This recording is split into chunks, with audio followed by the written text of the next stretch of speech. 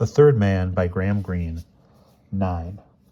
It was nearly dark when Martins made his way along the banks of the canal. Across the water lay the half-destroyed Diana Baths, and in the distance the great black circle of the Prater Wheel, stationary above the ruined houses. Over there, across the grey water, was the second Berserk in Russian ownership. St. Stephanskirk shot its enormous wounded spire into the sky above the inner city, and coming up the Kartenstrasse, Martins passed the lit door of the military police station. The 4 men of the International Patrol were climbing into their jeep. The Russian MP sat beside the driver, for the Russians had that day taken over the chair for the next 4 weeks, and the Englishman, the Frenchman, and the American mounted behind.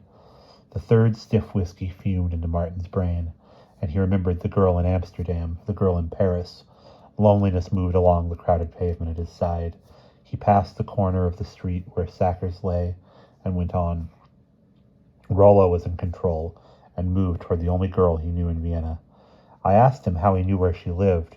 Oh, he said, he'd looked up the address she'd given him the night before, in bed studying a map. He wanted to know his way about, and he was good with maps. He could memorize turnings and street names easily, because he always went one way on foot. One way? I mean, when I'm calling on a girl or someone.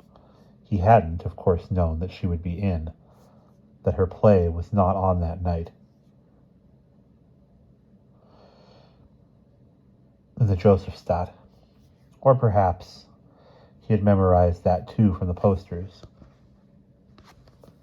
In at any rate, she was, if you could really call it being in, sitting alone in an unheated room, with the bed disguised as a divan, and a typewritten script laying open at the first page.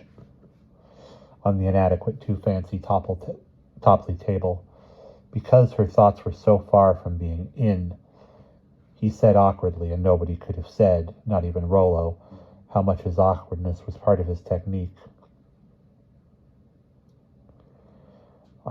I thought I'd just look in and look you up. You see, I was passing. Passing? Where to? It had been a good half an hour's walk from the inner city to the rim of the English zone, but he always had a reply. I had too much whiskey with Colonel Kula. I needed a walk, and I just happened to find myself this way. I can't give you a drink here except tea. There's some in that packet left. No, thank you, he said. You are busy, looking at the script. I didn't get beyond the first line. He picked it up and read, Enter Louise. Louise. I heard a child crying. Can I stay a little? He asked with a gentleness that was more Martin's than Rollo. I wish you would. He slumped down on the divan, and he told me a long time later, for lovers reconstruct the smallest details if they can find a listener, then it was. He took his second real look at her.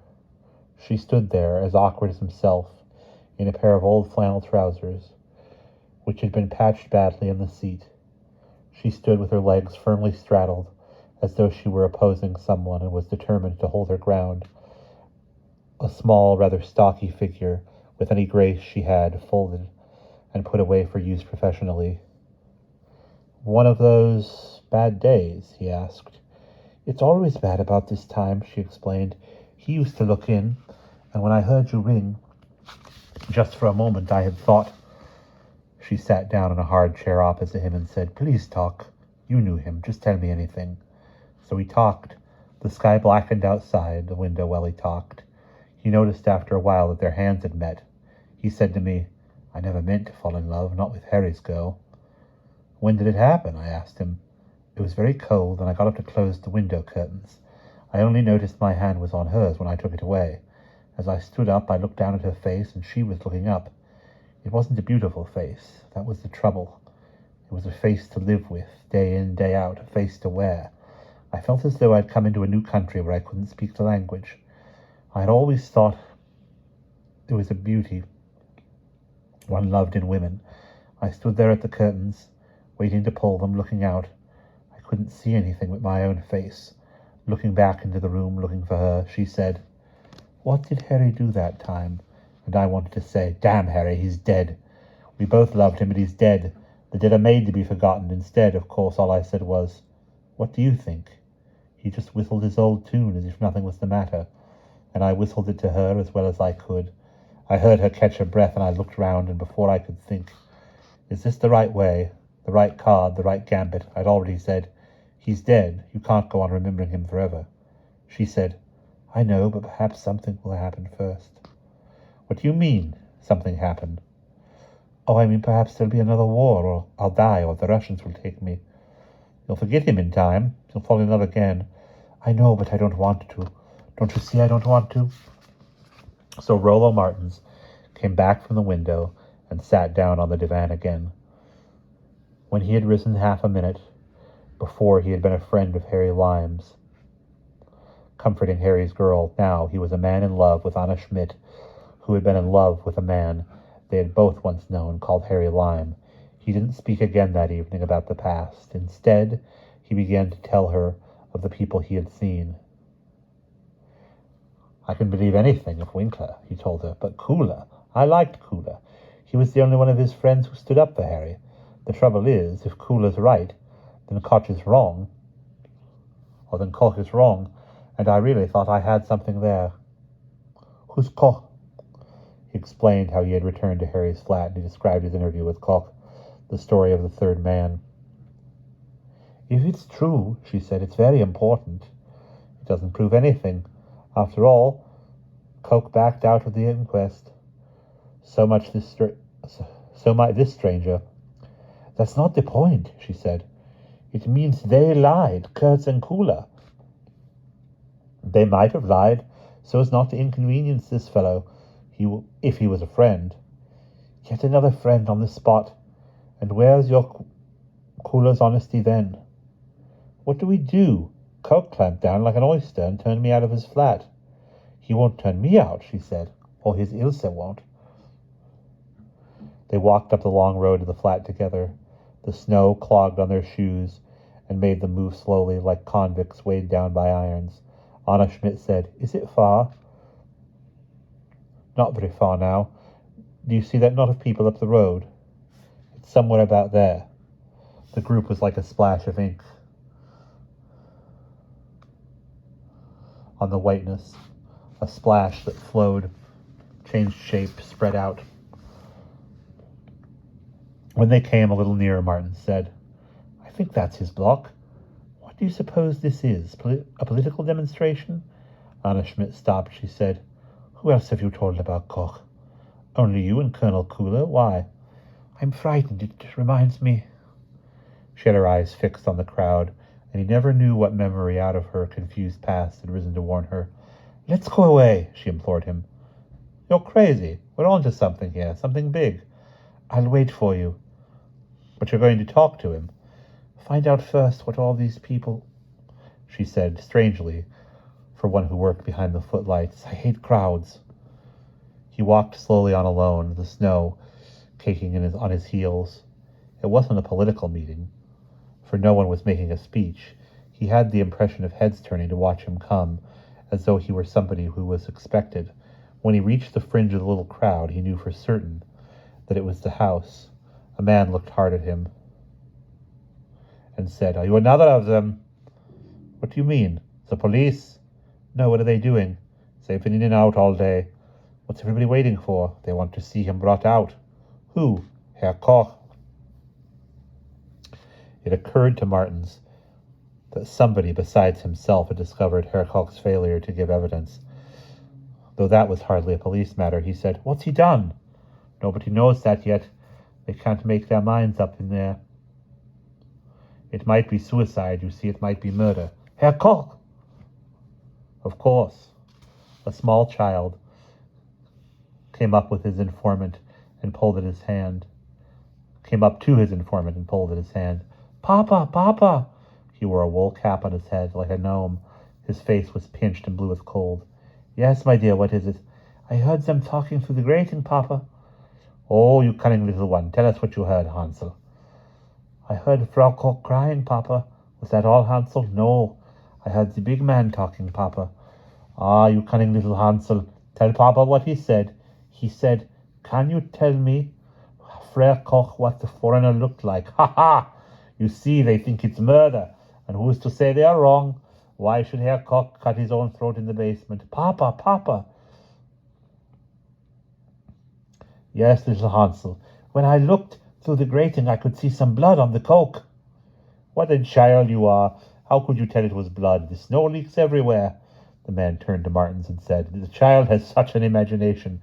Maybe he will be a writer when he grows up. The pinched face stared solemnly up at Martins. The child said, Papa? Yes, Hansel. He's a foreigner, too. The man gave a big laugh that caused a dozen heads to turn. Ha, ha, ha, ha, ha. Listen to him, sir. Listen, he said proudly. He thinks you did it just because you are a foreigner. As though there weren't more foreigners here these days than Viennese. Papa, Papa. Yes, Hansel. They are coming out. A knot of police surrounded the covered stretcher, which they lowered carefully down the steps for fear of sliding on the trodden snow. The man said,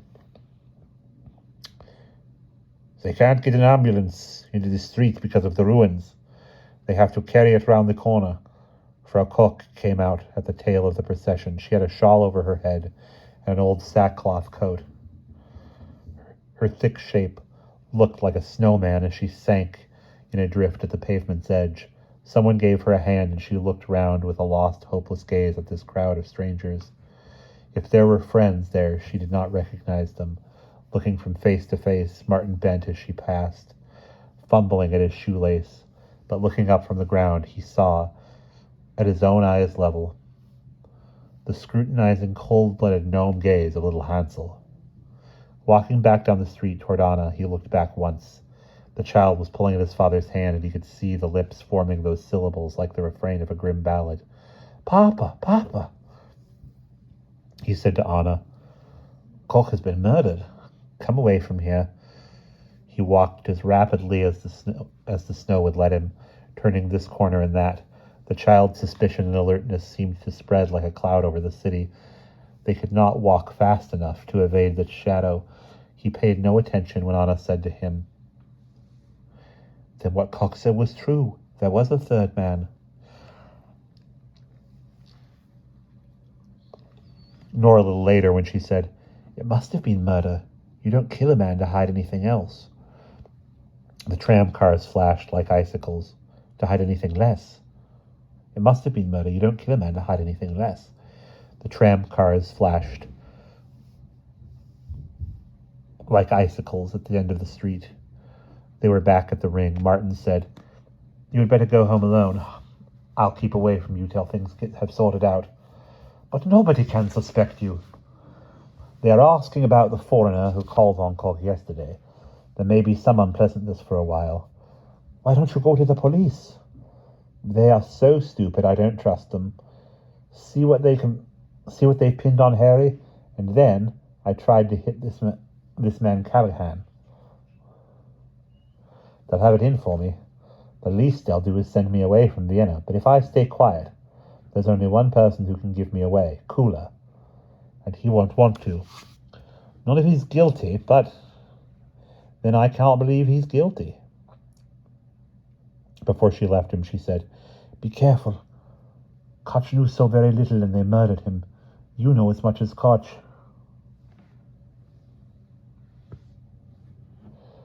The warning stayed in his brain all the way to Sacker's.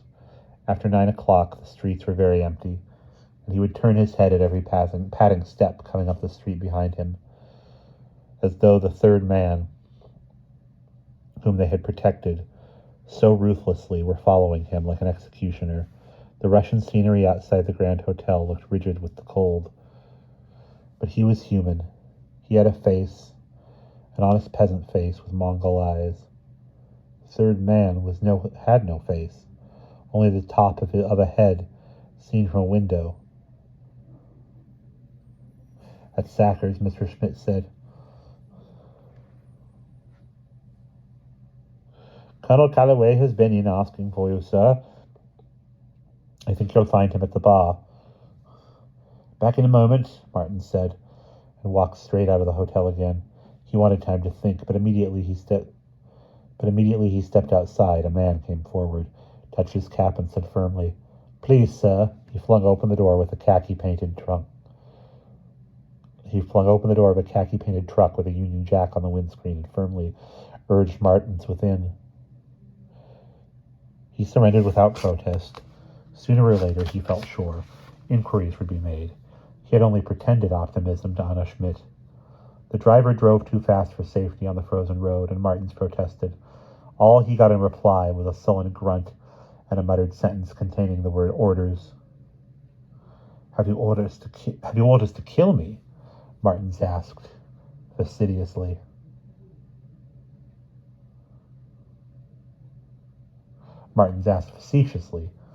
This got no reply at all. He caught the sight of the Titans on the Hofburg balancing great globes of snow above their heads.